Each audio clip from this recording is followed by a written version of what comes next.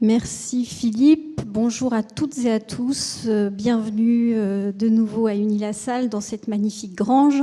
Merci à l'organisation et ce magnifique lieu qui est Unilassal. Et effectivement, on va attaquer la première table ronde. Il y en aura 5, donc restez jusqu'au bout.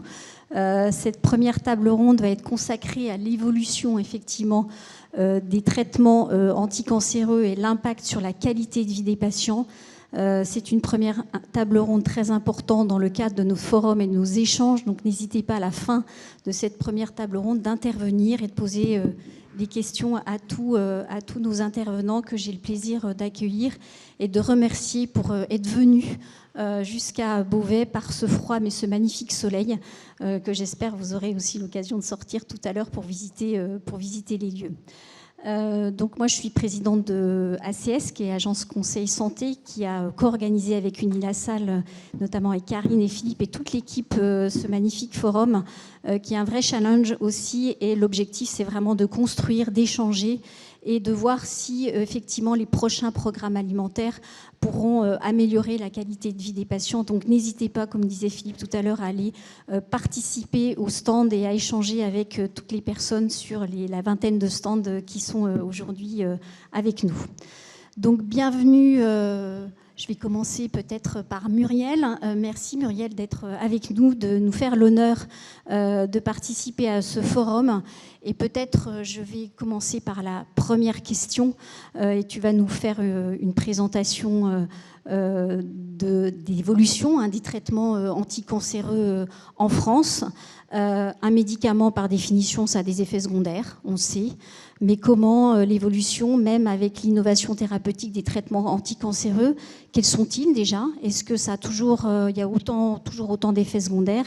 Et finalement, comment on pourrait les prendre en charge les effets secondaires pour améliorer la qualité de vie des patients? Après, j'aurai l'honneur effectivement de passer la parole à Marc Ichou et nos 2 patientes expertes aussi avec qui on a déjà un peu échangé. Et c'est tellement important pour moi aussi d'avoir des patientes qui puissent témoigner sur l'impact tellement important d'un traitement, mais aussi comment au quotidien ces traitements peuvent impacter la qualité de vie des patients, mais aussi comment on peut effectivement en mesurer et essayer d'améliorer cette qualité de vie.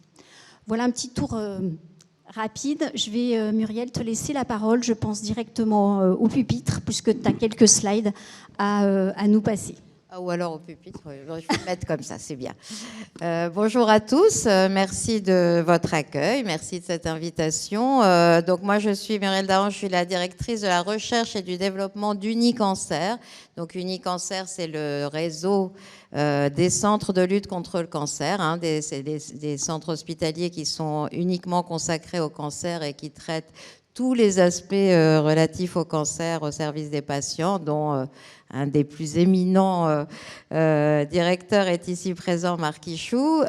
Donc dans ce réseau, on fait du soin, de la prévention, de l'après-cancer, de la nutrition aussi. Marc va nous en parler. Il y a vraiment beaucoup d'actions et merci à l'intervenant précédent qui a vraiment posé un cadre très très important des évolutions de la prise en charge en prenant en compte cet aspect extrêmement important qu'est la nutrition. Et on fait de la recherche. Donc, peut-être la diapositive suivante pour vous montrer.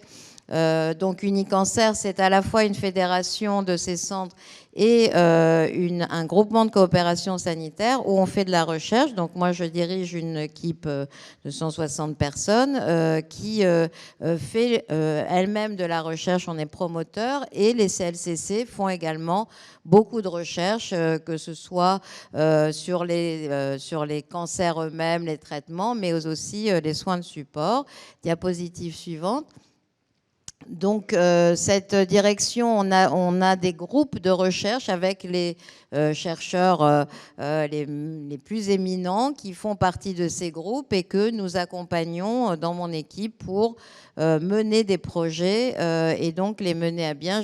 On va passer à la suivante. Et donc, vous avez ici tous ces groupes avec leur président et en particulier les soins de support, c'est Didier Mayer, mais on a l'oncogériatrie la radiothérapie et toutes les pathologies qui aujourd'hui ont besoin de découvrir des nouveaux traitements et de les tester. Et diapositive suivante, les traitements, qu'est-ce que c'est? C'est à la fois pour traiter les pathologies, pour les détecter et pour les prévenir. Alors, ça peut être on peut inverser les sens. Donc, les traitements, il y a les anciennes thérapies, les nouvelles, en particulier tout ce qui est CAR-T-cell, les médicaments de thérapie innovantes, beaucoup d'immunothérapie. On va sûrement pas mal en parler aujourd'hui et Marc y reviendra. Et ces nouvelles perspectives des vaccins. Et puis, on va de plus en plus vers une médecine personnalisée. Et ça passe par une meilleure compréhension des différents types de cancers et des cibles moléculaires. Là aussi, on vous en parlera, en particulier Marc. La radiothérapie qui évolue beaucoup également, et puis tout ce qui est détection avec ces fameux biomarqueurs qui permettent d'avoir des cibles beaucoup plus personnalisées pour atteindre mieux le cancer avec les différents types de traitements.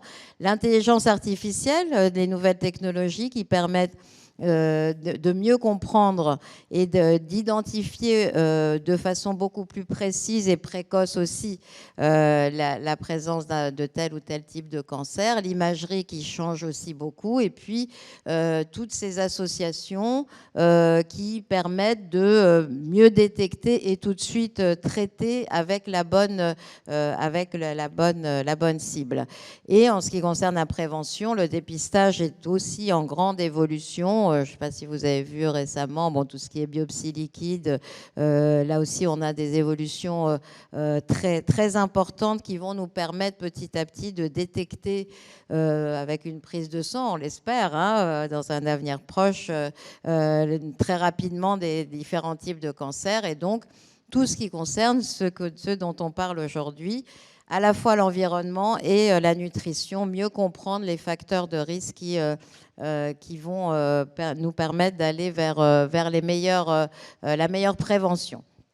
Donc nous, on a donc les CLCC, il y a c'est plus de 600 essais en cours. Aujourd'hui, pour Unicancer même, on en a 116. Et vous voyez que c'est une répartition. On essaie d'aller explorer tout ce dont je viens de parler pour trouver et comprendre comment mieux traiter les patients, y compris pour leur qualité de vie, qui est un facteur de plus en plus important qu'on prend en compte dans la recherche clinique, parce que sans qualité de vie, les traitements marchent moins bien ou parfois même ne marchent pas. Et puis aussi, les patients, soit ils ne veulent pas rentrer dans l'essai, soit ils abandonnent assez vite. Donc, c'est un facteur majeur pour nous de réussite de nos essais. Suivante.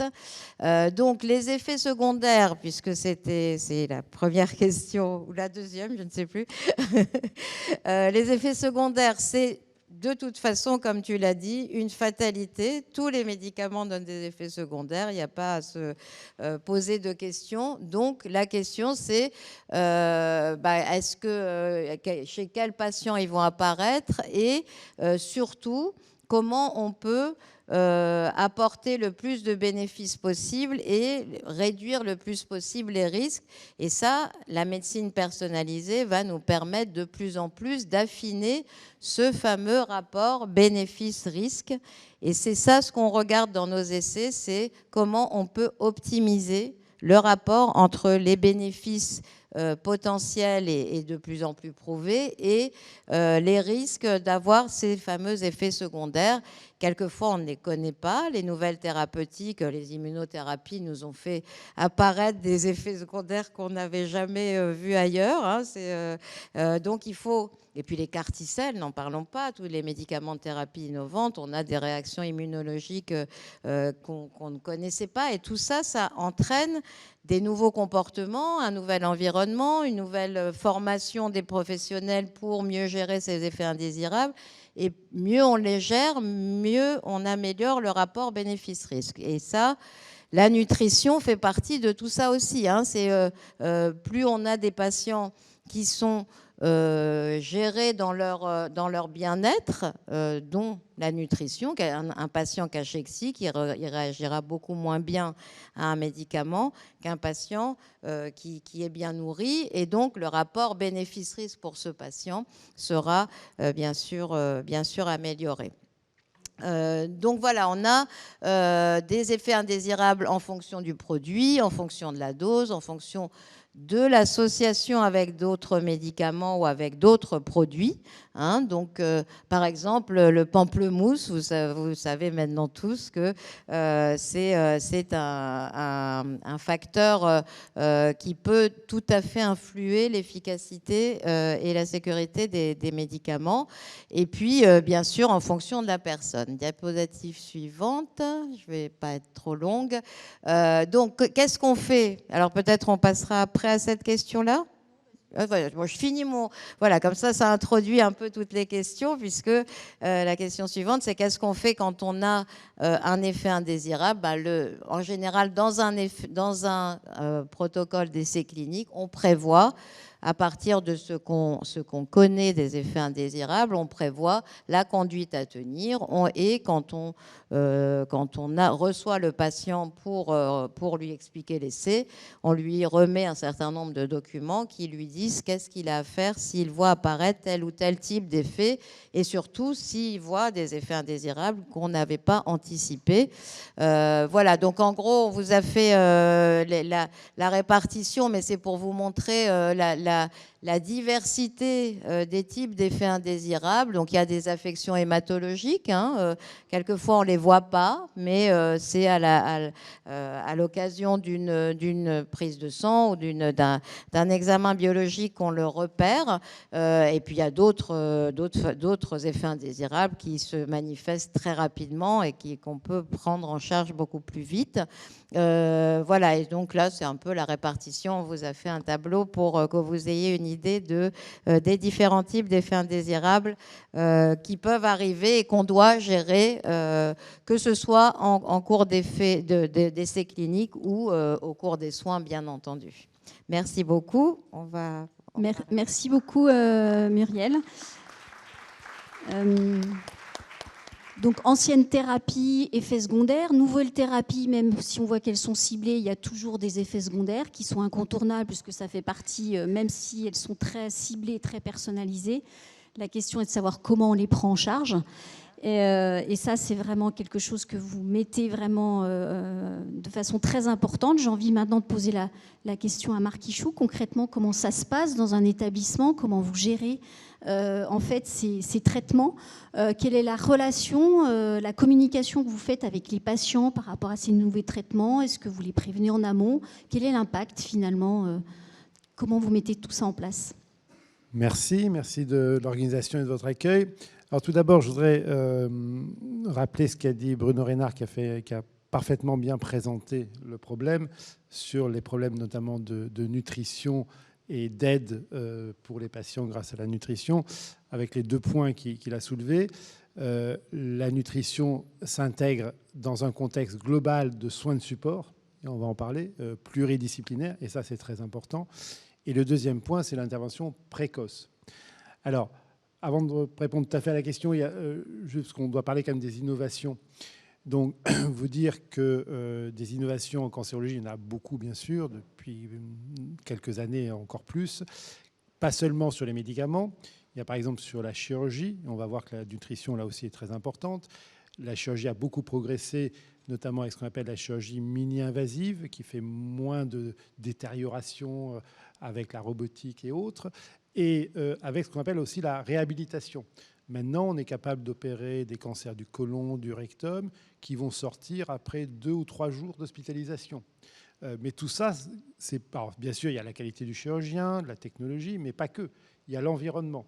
Et justement, tout l'aspect nutritionnel de préhabilitation qui fait qu'on va préparer dès la consultation chirurgicale, dès la consultation anesthésiste, pour que la renutrition se fasse très rapidement. Et on a effectivement des cancers du rectum qui sortent à J3. Voilà. Et donc ça, c'est vraiment un des progrès importants avec la chirurgie qui est dû notamment à cette prise en charge nutritionnelle très précoce. La radiothérapie, je ne m'étendrai pas, c'est un petit peu identique. C'est-à-dire que le principe de la radiothérapie, c'est sur une tumeur localisée, on pourrait détruire tout cancer. Le seul problème, c'est qu'il y a les tissus autour qui sont sains et pour lesquels on ne peut pas donner une dose de rayon trop importante, sinon on les détruit. Et donc tous les progrès technologiques visent à mettre le plus possible de rayons sur la tumeur et le moins possible autour. Et donc de diminuer tous les effets secondaires de la radiothérapie. Et puis il y a les traitements médicaux, donc la chimiothérapie bien sûr, qui reste quand même, qui n'a pas encore disparu, et qui reste un des traitements importants du cancer. Et effectivement, souvent, un des inconvénients majeurs de la chimiothérapie, c'est de détruire pas mal de cellules buccales, intestinales et autres, et non seulement d'avoir des troubles digestifs de type nausées, vomissements, diarrhée, mais aussi de modifier complètement le goût des aliments. Et tous les patients se plaignent qu'il y a un goût métallique, ils n'ont plus d'appétit, d'où une dénutrition. Et comme ça a été dit, cette dénutrition aggrave la situation et fait que les tolérances sont moins bonnes, les chimiothérapies moins efficaces, etc. On va y revenir. Alors après, dans les traitements médicamenteux, il y a eu 2 très très grands progrès. Un, ce qu'on appelle les thérapies ciblées. Alors, ça veut bien dire ce que ça veut dire. C'est-à-dire qu'on découvre un récepteur, un facteur, une protéine, un gène spécifique dans la tumeur qui est responsable de la prolifération, et on a des médicaments, soit des anticorps qui sont par injection, qui vont se diriger contre cette molécule, soit des petites molécules qui vont être absorbées, qui vont bloquer la molécule, et là, effectivement, qui vont avoir des effets indésirables, très différents des chimiothérapies, souvent moins digestifs que les chimiothérapies, encore que certains, mais par contre qui aboutissent à des effets cardiaques, endocrinologiques et tout qu'on n'avait jamais vu, dermato, des éruptions, etc. Donc qui nécessitent une prise en charge aussi de soins de support. Et donc d'avoir, et ça c'est un des enjeux de nos structures, d'avoir la possibilité de tas de spécialistes compétents et qui peuvent intervenir rapidement sur des problèmes de dermatologie, d'endocrinologie, cardiologique, neurologique, avec des tas d'effets secondaires que l'on n'avait pas. Et puis le deuxième grand progrès, là c'est vraiment, on a un petit peu parlé donc, dans ce cadre de l'immunothérapie, où là, on est capable de restaurer les défenses immunitaires de l'individu. On ne cible plus, les traitements ne vont plus agir sur les cellules cancéreuses, mais sur le micro-environnement. Bruno en a très bien parlé aussi sur le métabolisme sur lequel on cible. Et dans les premières cibles actuellement les plus efficaces sont donc le caractère immunitaire, c'est-à-dire nos propres défenses de l'organisme, qui sont restaurées, dont l'activité est restaurée par des anticorps qui vont empêcher la cellule cancéreuse de bloquer l'action de nos cellules immunitaires. Et donc, nos cellules immunitaires vont détruire elles-mêmes les tumeurs. Alors, ça ne marche pas partout, bien sûr. Il faut pour cela que la tumeur soit entourée de cellules immunitaires, ce qu'on appelle les tumeurs chaudes. Il y a malheureusement encore beaucoup de tumeurs qu'on appelle froides, c'est-à-dire qui ont un désert immunitaire autour d'elles. Et donc, on a beau réactiver l'immunité, ça ne marche pas parce qu'il n'y a pas de cellules de défense. Et là aussi, alors, ce qui est intéressant, alors parfois, ces traitements sont associés à la chimiothérapie. Donc, on a aussi les effets secondaires de la chimiothérapie à prendre en compte. Par contre, il y a des indications. Alors, par exemple, si on prend un cancer du côlon au stade de métastase, il y a une petite partie, malheureusement, simplement 4% de ces cancers, qui sont très sensibles à l'immunothérapie. Et par exemple, on a donc là il y a eu des études qui ont montré, qui ont comparé la chimiothérapie versus l'immunothérapie seule. Et ce qui est assez rare, c'est que quand on a un traitement innovant, c'est que non seulement l'immunothérapie, dans ces cas-là, a montré qu'elle était plus efficace, avec beaucoup plus d'efficacité antitumorale, mais aussi beaucoup moins toxique que la chimiothérapie. Ce qui est assez rare quand on a un traitement innovant qui est supérieur en efficacité. On n'avait pas l'habitude d'avoir un traitement qui est en même temps inférieur en termes de toxicité. Par contre, là aussi, alors que l'immunothérapie, donc il y a beaucoup moins de toxicité digestive, nutritionnelle et autres, mais comme ça a été dit, ça peut réactiver l'immunité un peu trop forte.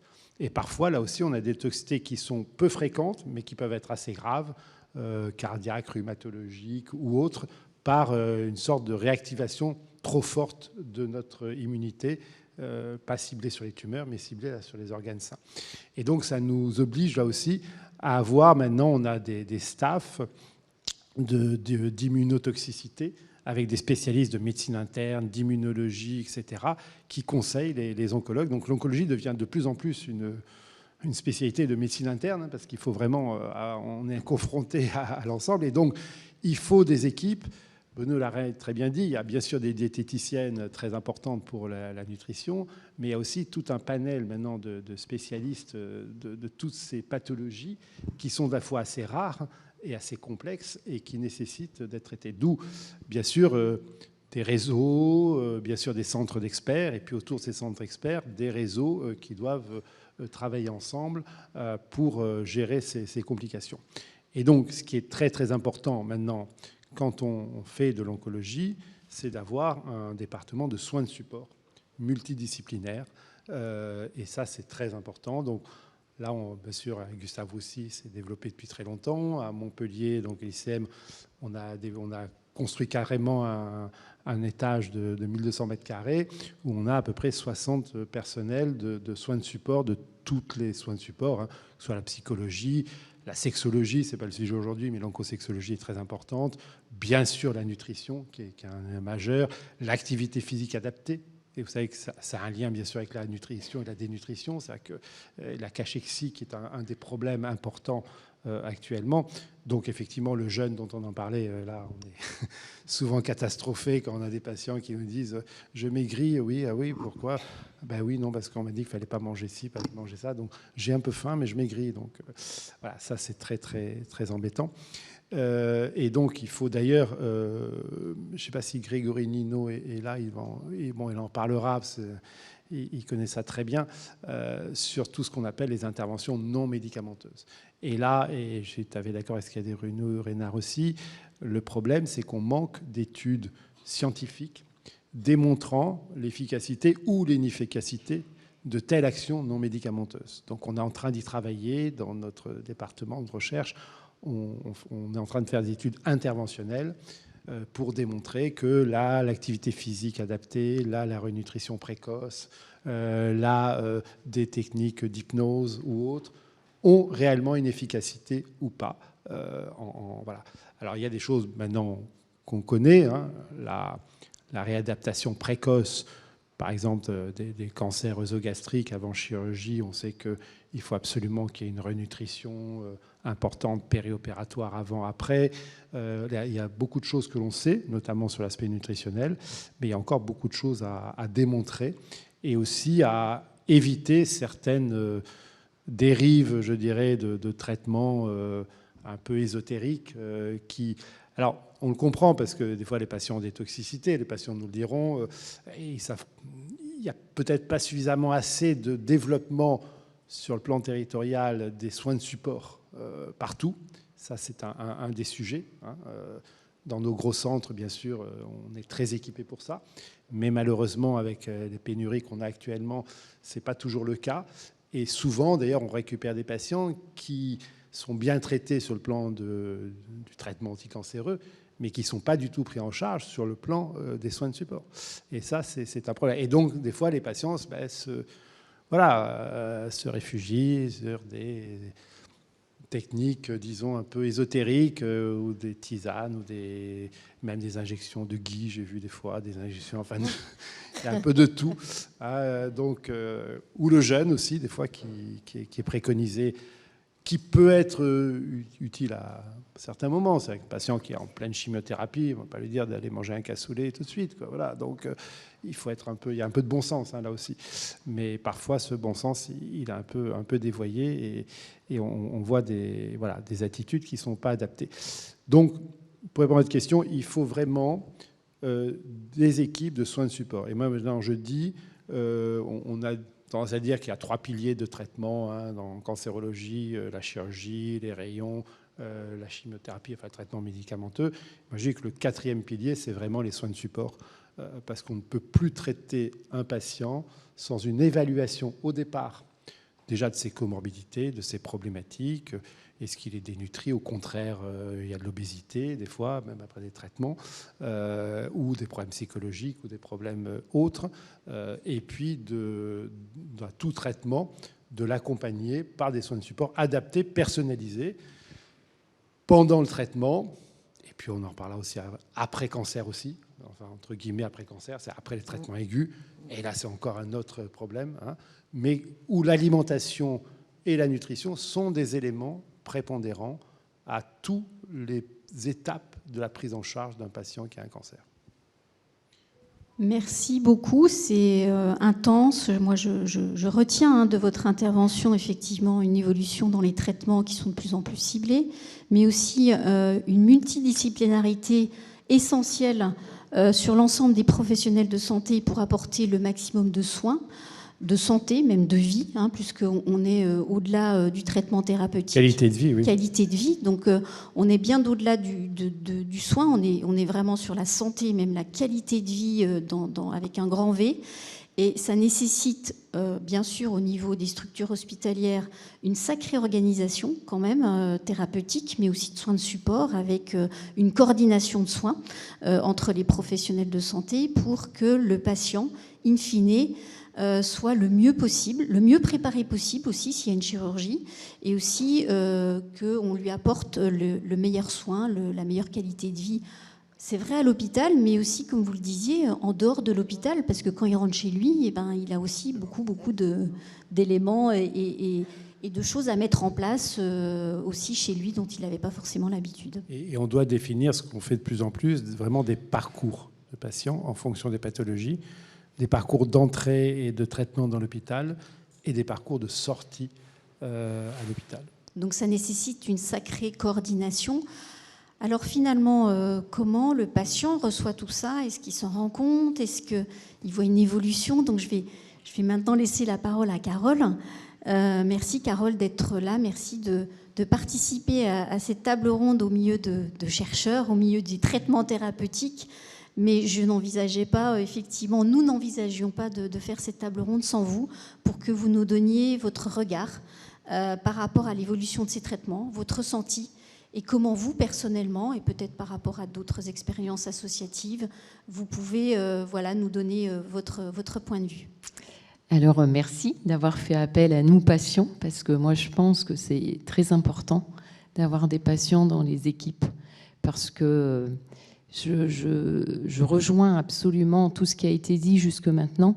Il y a bien évidemment un parcours de soins est très important, évidemment, les parcours, les traitements médicaux, mais pas que. Moi, je crois beaucoup en tout ce qu'il y a autour, et d'ailleurs, mon expérience de patient, c'est ça. Donc moi, c'était diagnostic cancer en 2016. Depuis, ça a quand même évolué. Je m'aperçois que ça a bien évolué depuis 2016 et c'est tant mieux, puisque quand ça m'est arrivé, donc j'ai été embarquée. Et puis, moi, d'un tout petit cancer, finalement, on s'aperçoit que c'est pas un tout petit. Donc, je suis passée par des interventions chirurgicales sur une tumeur de 5 cm, parce qu'on ne l'avait pas vue. Donc, normalement, on n'opère pas une tumeur de 5 cm. On fait de la chimio néoadjuvante, ce qui n'a pas été le cas pour moi. Donc, dès le départ, j'ai été hors protocole. Donc, 2 interventions chirurgicales, chimiothérapie, radiothérapie, hormonothérapie, avec une annonce de bébé cancer. C'est comme ça qu'on me l'a dit. Donc, quand on vous annonce ça, finalement, le ciel ne m'est pas tombé sur la tête, puisqu'on m'a dit dans 6-8 mois, vous êtes au travail et c'est un mauvais souvenir. Ça n'a pas été... ça ne s'est pas passé comme ça pour moi. Donc du coup, tout s'est enchaîné. Donc on vous parle de rien, on vous parle même pas de la perte de cheveux. Ils étaient longs à l'époque. Alors aujourd'hui, c'est un choix, c'est la nouvelle moi. Mais je veux dire, il fallait quand même une sacrée force de caractère pour supporter tout ça. Et puis la chimiothérapie, forcément, moi, des effets indésirables. Où moi, ça m'a vraiment mis complètement par terre. J'étais en boule. Je m'obligeais à me lever, mais j'étais en boule dans mon canapé, à ne pas savoir me tenir assise plus de 5-6 minutes. Mes journées, c'était des nausées géantes. Et puis, une fatigue forcément intense. Et à l'époque, je ne savais pas quoi faire parce que... donc moi, j'habite Dunkerque, et dans le monde médical, les médecins n'entendaient pas et ne prenaient pas en compte, en tout cas. Alors, je ne vais pas faire une généralité, c'est pas forcément une généralité, mais je m'apercevais qu'on n'était pas écouté sur ce qu'on disait, en fait. Alors, il y a les symptômes et les effets connus, mais moi, je me souviens qu'à l'époque, je me rendais compte de l'impact que ça avait sur mon cognitif.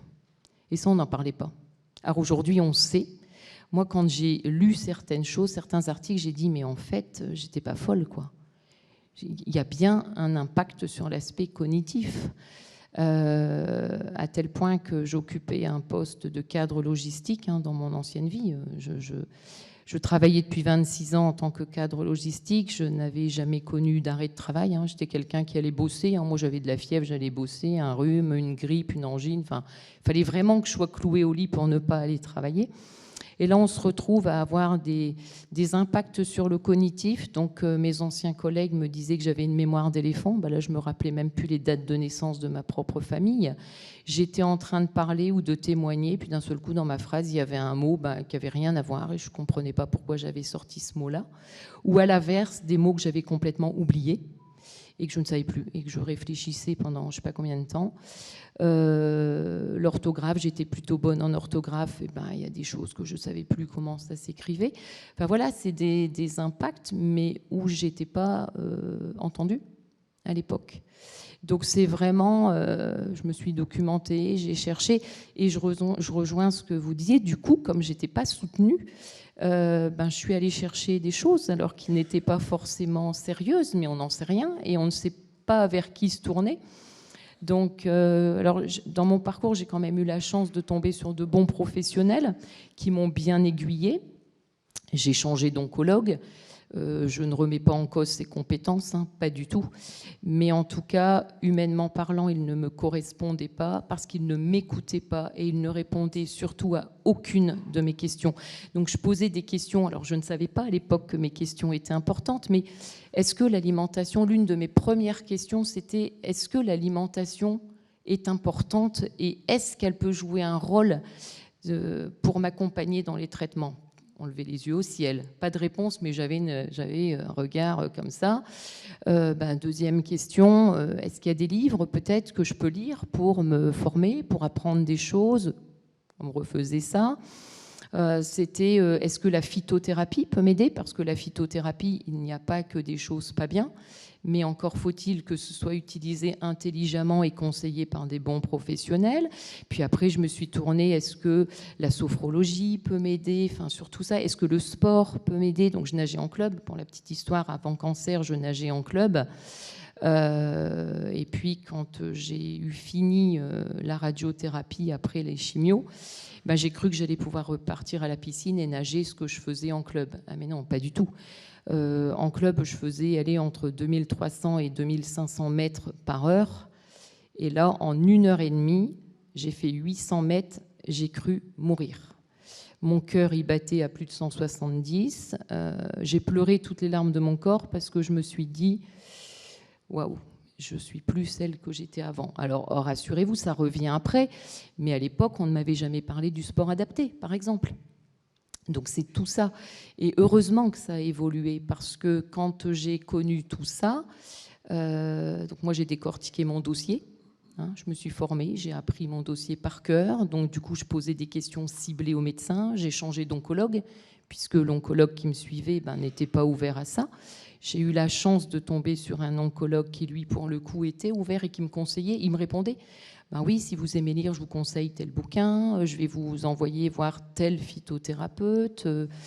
Oui, si vous voulez la réflexologie plantaire, oui, je pense que ça peut vous aider.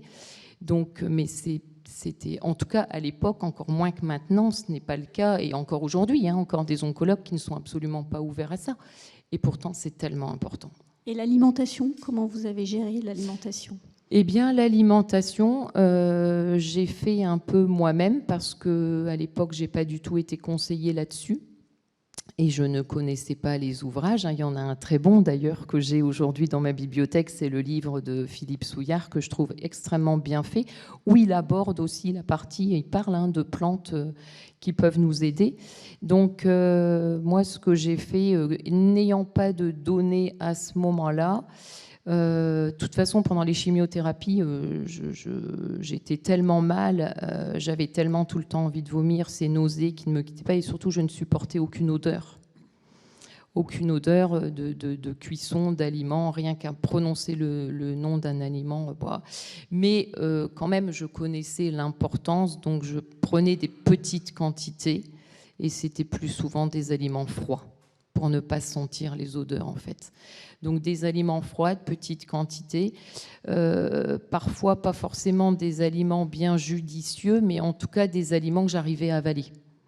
Donc je me disais, plutôt que rien, ça m'arrivait de prendre quelque chose qui n'était pas forcément très équilibré, mais au moins j'avalais quelque chose. Aujourd'hui, heureusement, c'est pareil, il y a des choses pour l'alimentation qui sont connues et c'est tant mieux. Merci beaucoup. Oui, Marc, vous voulez intervenir? Oui, non, c'est très important ce que vous dites. Et ce qu'on développe aussi de plus en plus dans nos départements et dans les centres unicancer en général, ce sont des ateliers et des ateliers d'éducation thérapeutique où on prend les patients et effectivement on parle des problèmes d'alimentation, des problèmes de toxicité, enfin tous les problèmes qui se posent. Et de plus en plus, on est aidé maintenant dans ces ateliers par des patients partenaires. Et ça, je crois que dans tous nos centres, maintenant, on a des patients partenaires sur qui on s'appuie beaucoup, qui font le lien avec les patients et qui sont passés par là, donc qui, effectivement, leur expliquent un petit peu comment ça se passe et les gens sont moins perdus. On l'a, par exemple, aussi pour les thérapies orales. Parce que maintenant, les thérapies orales, un des problèmes des thérapies orales, qui a un gros progrès, c'est que les patients ne viennent plus à l'hôpital pour leur traitement, ils le prennent chez eux. Et donc là, on a aussi une expérimentation avec des patients partenaires qui prennent contact avec les patients, s'ils sont volontaires, bien sûr, toujours sur le volontariat, et là aussi font le lien avec l'équipe soignante pour qu'ils ne se sentent pas tout seuls à domicile à prendre sur la compliance des traitements, les effets secondaires, etc. La façon de les prendre, est-ce qu'on les prend avant de manger, après manger, etc. Et tous les problèmes d'alimentation qui se posent. On a parlé du pamplemousse et autres. Enfin voilà, donc tout ça est très très important. Mais je pense que ces patients partenaires sont de plus en plus importants dans la prise en charge maintenant de nos patients. Merci beaucoup, Carole. Françoise, j'ai envie de vous poser un petit peu la même question par rapport à votre parcours de vie. Quels conseils vous nous donneriez?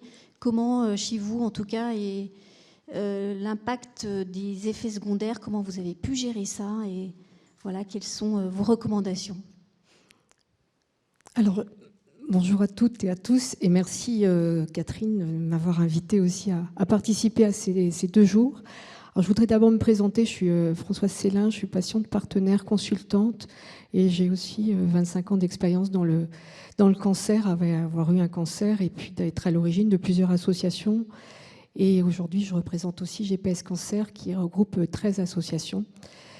Donc, je voudrais parler peut-être au-delà de ce beau témoignage qu'on vient d'avoir.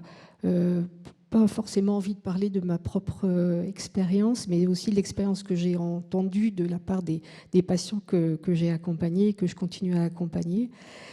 Et je voudrais revenir aussi à ce qui a été dit déjà par Monsieur Choquet tout à l'heure, qui disait qu'il faut casser les silos. Donc, je voudrais partir un peu de cette idée un peu macro qui est dire aujourd'hui, en fait, dans la prise en charge holistique du patient, il faut se positionner sur justement comment en fait notre écosystème de santé peut, à travers justement les parties prenantes qui sont là aujourd'hui, réfléchir ensemble sur la manière dont on peut améliorer la qualité de vie des patients. On a donné déjà des pistes qui sont très intéressantes avec ce que fait Unicancer, par exemple, avec l'utilisation des patients partenaires. Et c'est pas moi qui vais dire le contraire, parce que évidemment, je prône totalement ça. Mais il faut aussi effectivement avoir cette vue très, je dirais, prendre un peu de recul et voir en fait comment on peut avoir, on parlait de multidisciplinarité, introduire justement ce patient avec son vécu et qui peut être un moyen, un vecteur pour faire changer un peu les mentalités, les pratiques, la recherche, tout ce monde en fait qui finalement travaille, mais souvent dans leur coin, et ce qui fait que ça n'arrive pas forcément assez vite directement auprès des patients. Il y a une chose aussi que je voulais dire, c'est que les associations de patients étaient une des premières. En fait, moi, j'ai créé il y a 25 ans une association qui s'appelle Faire Face Ensemble. On a proposé déjà des soins de support. On ne disait même pas un mot de soins de support à l'époque, mais on avait déjà développé, parce que justement, j'étais en plein dans ma maladie. J'avais, avec les médecins, qui m'a dit il faudrait faire quelque chose, et je me suis lancée dans cette expérience. Et avec des patients qui étaient formés pour accompagner les patients les services de chimio, et à côté de ça, de développer avec de l'esthétique, des ateliers. On ne faisait pas encore des ateliers culinaires. Mais tout cet apport, et ça, aujourd'hui, c'est quelque chose qui, évidemment, doit continuer, et il doit se faire parallèlement entre ce que peut proposer les établissements de soins et ce que peut être relayé, je dirais, de manière dans la société civile par les associations. On parle aujourd'hui vous avez parlé de cette déficience démographique qui fait qu'aujourd'hui, dans la santé, on manque de diététiciens, de nutritionnistes, ou alors on ne peut pas y avoir forcément accès parce que justement, ce sera un coût qui va être supporté par le patient. Il y a des réflexions à faire certainement avec des mutuelles pour une meilleure couverture et une prise en charge. Parce qu'aujourd'hui, on doit être dans la prévention primaire et tertiaire, parce que cette prévention tertiaire, elle est aussi extrêmement importante. Quand on est déjà dans une situation où en fait les traitements vous mettent où vous êtes à plat, comme là vous décrivez tous les effets secondaires que ça peut engendrer. Et derrière, il faut absolument qu'il y ait des moyens pour compenser et pour récupérer. Et bien sûr, penser à l'après-cancer, on l'a déjà un peu évoqué, parce que l'après-cancer, c'est une période extrêmement délicate, puisque bien souvent, en fait, la famille, les proches qui ont été qui étaient là pour soutenir le patient, imaginent, et c'est la phrase qui revient souvent, c'est maintenant on tourne la page, sauf que le patient ne tourne pas la page comme ça, et qu'il a besoin, et que ça peut être là justement le moment où il va faire un burn-out, parce qu'il a tout à reconstruire, il ne sait plus quelle est sa place, il avait une vie professionnelle qui peut être bouleversée totalement, c'est ce que vous allez dire, la mienne aussi a été bouleversée. Et derrière, c'est comment on va se reconstruire. Donc cet accompagnement par des soins de support, elle doit aller aussi au-delà de cette période qui est la période, je dirais, des traitements curatifs. D'autant plus que derrière, il peut y avoir 10 ans d'hormonothérapie pour certaines pathologies. Donc, les effets secondaires peuvent être encore aussi associés, parce que ça, c'est des choses qu'on oublie. Mais tout ce qui est hormonothérapie, ça engendre des effets secondaires qui peuvent être extrêmement puissants et qui peuvent vraiment nuire d'une manière considérable à la qualité de vie. Personnellement, moi, j'ai demandé à mon oncologue d'arrêter l'hormonothérapie. Je dis, il est hors de question pour moi que je continue à vivre comme ça avec les mêmes effets secondaires que ce que je ressentais quand j'étais en chimio, et ça pendant 5 ans. Et c'est un risque que j'ai pris, mais bon, je suis encore là aujourd'hui, donc j'ai bien fait de prendre le risque aussi. Mais je veux dire, et c'est là aussi, j'en reviendrai à cette idée de décision partagée. Je suis aussi dans une association vice-présidente de Cancer Contribution, on fait des enquêtes. Et on a fait une enquête sur la décision partagée. Ce qui est très curieux, c'est que la décision partagée, le médecin va interroger son patient et donc prendre avis, ce qui est quand même normalement, le b.a.-ba quand même, avis auprès de son patient sur l'hospitalisation, les traitements. Rien sur les soins de support. Rien sur les soins de support. Il y a aujourd'hui une banalisation de ces effets secondaires par les médecins qui soit se disent et disent, comme là, tout à fait ça, levant les yeux au ciel et en disant, bon, ben, écoutez, effectivement, j'entends ça, il oserait dire, dans sa pensée, dire, j'entends ça à longueur de journée, donc je banalise, sauf qu'on oublie, c'est que chaque personne, c'est une histoire singulière, c'est un vécu qui va bouleverser une vie. Et qu'en face, en fait, on se retrouve avec un professionnel qui oublie quelquefois que cette vie va être bouleversée et que la personne, elle a besoin de se sentir épaulée par son médecin et qu'elle n'a pas envie que ce médecin banalise ce qu'elle est en train de dire sur ses effets secondaires. Et que la prise en compte de ça, même si finalement certains vont dire je ne sais pas quoi vous dire parce qu'ils ne se sont pas trop intéressés sur ces sujets-là, ce qui est un peu quelquefois dommage, eh bien ça devrait amener aussi, alors là, dans la formation initiale des médecins ou dans la formation continue, qu'il y ait des modules. D'abord, on leur a fait rencontrer des patients qui vous racontent leur vie. Et puis en face, on met, quand je parlais de casser des silos, on les met en contact avec ceux qui sont aujourd'hui à la possibilité de leur dire, voilà, en nutrition, ce qui est les avancées, qu'est-ce qu'on en peut faire aujourd'hui, en activité physique, qu'est-ce qui se fait aujourd'hui.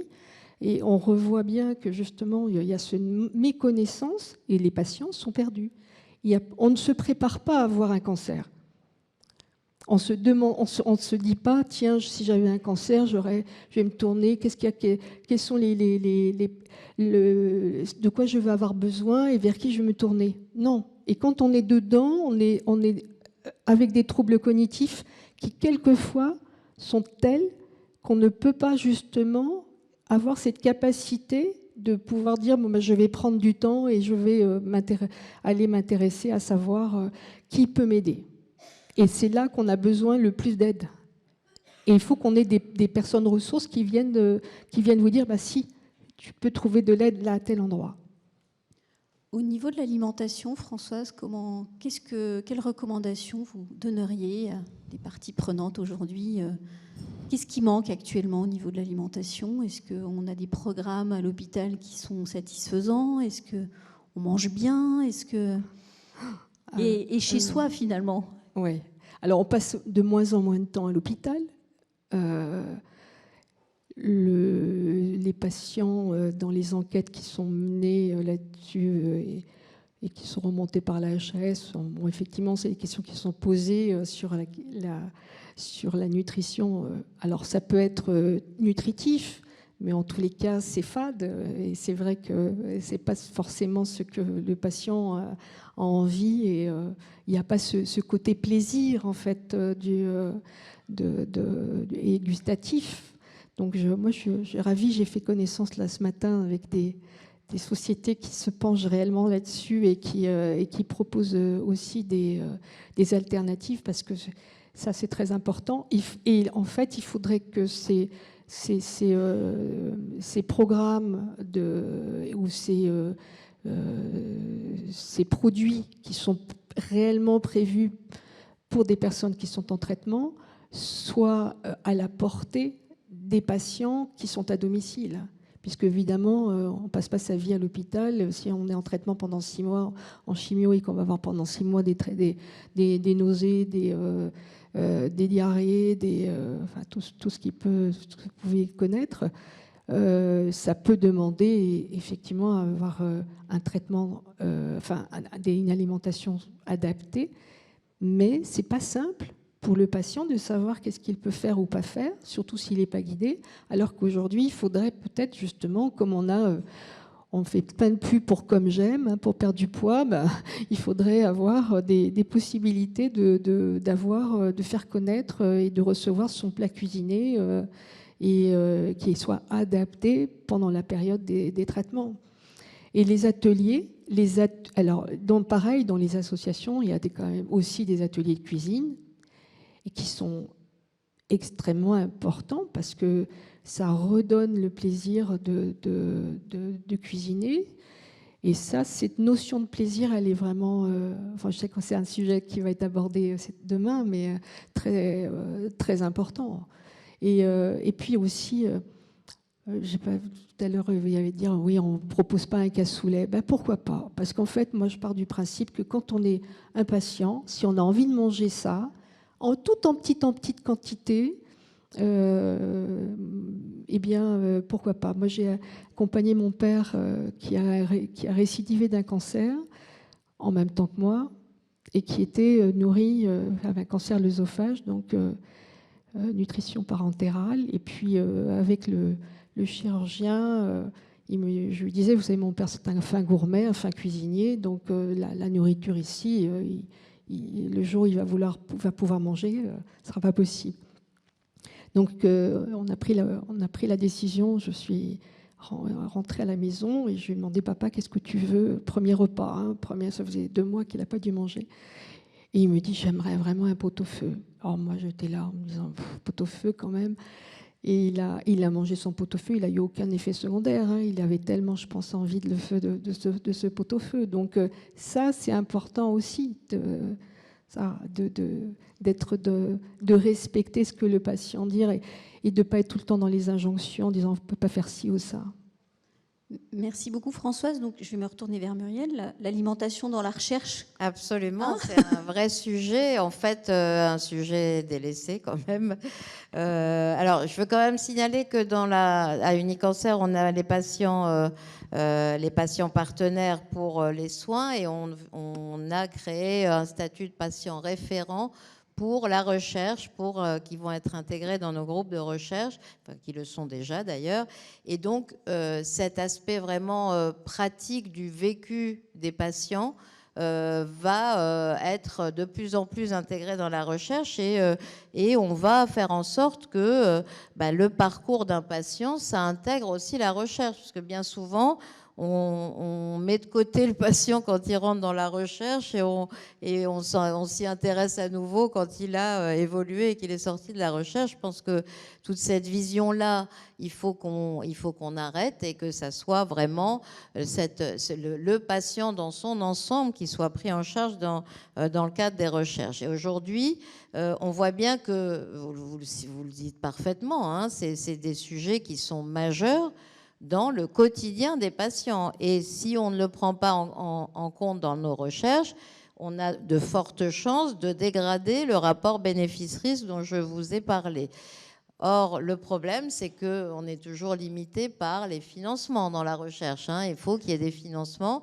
Et aujourd'hui, il n'y a pas de laboratoire pharmaceutique qui finance la recherche sur la nutrition. Il n'y a pas de programmes nationaux qui soutiennent vraiment la recherche sur les soins de support, sur la nutrition, sur le sport adapté, bien que ça soit quelque chose qui soit de plus en plus cité comme étant majeur.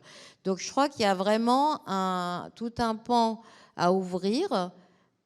Le comme j'aime du cancer, je crois que c'est vraiment quelque chose qu'il faut regarder, qu'il faut expérimenter et aussi avancer dans la connaissance et la compréhension de ce qui fait du bien aux patients et qui améliore le rapport bénéfice-risque de son traitement par des programmes adaptés et identifiés. On a des intuitions aussi. Hein. On a compris que le curcuma, ce n'était pas tout à fait innocent. On ne peut pas encore qualifier. On sait par exemple les inhibiteurs de la pompe à protons, alors c'est pas de la nutrition, mais c'est quand même très utilisé pour calmer les ulcères ou les acidités, et ça a une influence sur les traitements. Tout ça, on a des intuitions, mais il n'y a jamais de recherche qui est faite pour le confirmer. Or, on pourrait imaginer de la recherche beaucoup plus simple. Pas obligé d'avoir des essais randomisés de double aveugle de phase 3 pour dire que le curcuma, ça donne ça, ou que tel aliment fait peut-être du bien ou améliore ou dégrade le rapport bénéfice-risque. Donc ça, c'est tout un champ qu'on pourrait ouvrir, mais encore faut-il qu'il y ait un soutien, une prise de conscience, une priorité donnée et bien sûr des financements, peut-être par du mécénat, peut-être par d'autres voies que celles qu'on a l'habitude d'utiliser, c'est peut-être l'objet aussi des discussions qui vont avoir lieu durant ces 2 jours. Ça se fait dans d'autres pays que la France? On est en retard, en avance, on est... À ma connaissance, pas tant que ça, finalement. Alors, il y a peut-être des initiatives aux États-Unis où il y a sûrement des financements plus importants. En Allemagne aussi, je crois qu'ils ont une prise de conscience. Mais à ma connaissance, ça reste quand même un parent pauvre de la recherche, alors même que pour le patient, on le sent bien, hein, c'est vraiment quelque chose de majeur. Donc, il faut vraiment s'y intéresser et vraiment construire une politique de recherche, mais aussi, bien sûr, de soins et d'accompagnement. On voit aussi qu'on a besoin de mieux organiser l'accompagnement. Moi, je sais pas, je suggère, ça fait un petit moment que je pense que, peut-être parce que je suis pharmacien comme toi, mais le lieu qu'on sait identifier, c'est la pharmacie. Pourquoi ne pas construire autour d'une pharmacie de l'aide avec un médecin généraliste, des infirmiers, du sport adapté, un kiné, un laboratoire d'analyse, parce que les laboratoires aussi ne sont pas forcément hyper spécialisés dans la compréhension des résultats relatifs aux nouveaux traitements. Et donc ça, je pense que c'est quelque chose à construire. Il y a une voie qui a été ouverte avec le programme Interception. Je ne sais pas si vous en avez entendu parler, qui a été initié par Suzette Delaloge, à Gustave Roussy, et qui va sans doute pouvoir se déployer ultérieurement et qui accompagne le patient, donc notamment sur les soins de support. C'est très intéressant. Il y a sûrement pas mal d'idées à construire, mais qui ont besoin, bien sûr, toujours d'être soutenues. Et former les médecins. Bien sûr. Former les médecins, créer des vraies équipes avec des professionnels interventions non médicamenteuses, pour moi, c'est fondamental.